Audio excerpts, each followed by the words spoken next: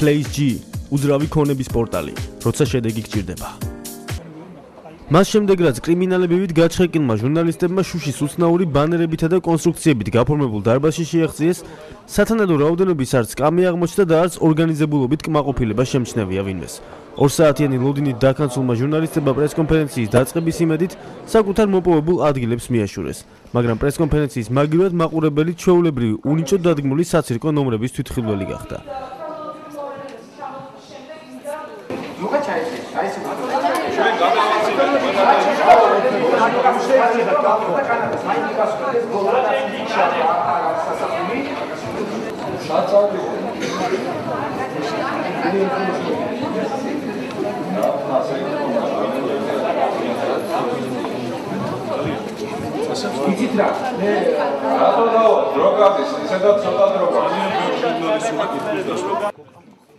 კითხვების დასმის საშუალება 200-მდე ჟურნალისტიდან მასმედიის დაახლოებით 20-მდე წარმომადგენელს მიეცა. უფრო ზუსტად მათ ეს უფლება პირდაპირ ეთერში ბრძოლის ხარჯზე მოიპოვეს.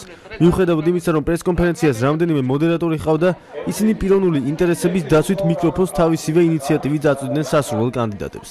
თავად ბიძინა ივანიშვილი კი ზოგადი პასუხებით შემოიფარგლა, იყო არაფრის მთქმელი პარალელები, ლირიული გადახოვები ჟურნალისტებისადმი ბრალდებები და თავის მართლების მცდელობა.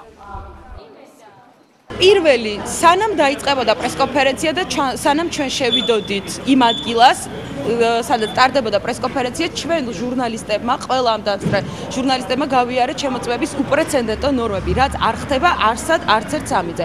ამას გარდა ძალიან სამწუხაროა და ყველაზე დიდი დისკომფორტი თუ ასე შეიძლება ითქვას იყო ის, რომ ჩვენს უბის წიგნაკებსაც კი კითხულობდნენ დაცვის თანამშრომლები, ჩანაწერებს ნახულობდნენ და მე ვიჭვიმაქ, რომ ეს ხდებოდა იმისთვის, რომ მათ ენახათ, თქვათ, რა კითხვის დასმის შესაძლებლობა გვექნებოდა.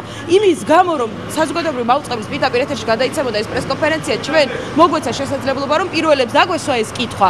თუმცა ზოგადად ამ პრესკონფერენციაზე არანაირი ნორმის მიხედვით, არანაირი ზოგადად გავრცელებული ჟურნალისტური წესის თუ არ ვიცი, არანაირი დაცული არ იყო არავითარი ზომები იმისათვის, რომ ნორმალურად ჩატარებულიყო ბრიფინგი. ჩვენ ჟურნალისტები უამრავ ღონისძიებას ვესწრებით, მათ შორის პრესკონფერენციებს, მათ შორის ღონისძიებებს, საერთაშორისო ღონისძიებებს საზღვარგარეთ სხვადასხვა ქვეყნებში და ეს ძალიან სამწუხაროა, რომ ასეთი შეურაცხმყოფელი ღონისძიებით დაიწყო დღევანდელი პრესკონფერენცია. მე ვგულისხმობ იმას, რომ ჩვენ გაგვჭხრიკეს ისეთი თქოს დამნაშავეები ვიყავით და პოლიციის განყოფილებაში ვიყავით მოსული და კიდევ რაც შეეხება შეკითხვების დასმას, მიუხედავად იმისა, რომ ჩვენ შეთანხმებული ვიყავით, შეიქმნა მსგავსი ქაოსი და არეულობა და რა თქმა უნდა უკმაყოფილო დარჩით იმის გამო, რომ არ მოგვეცა კითხვების დასმის შესაძლებლობა.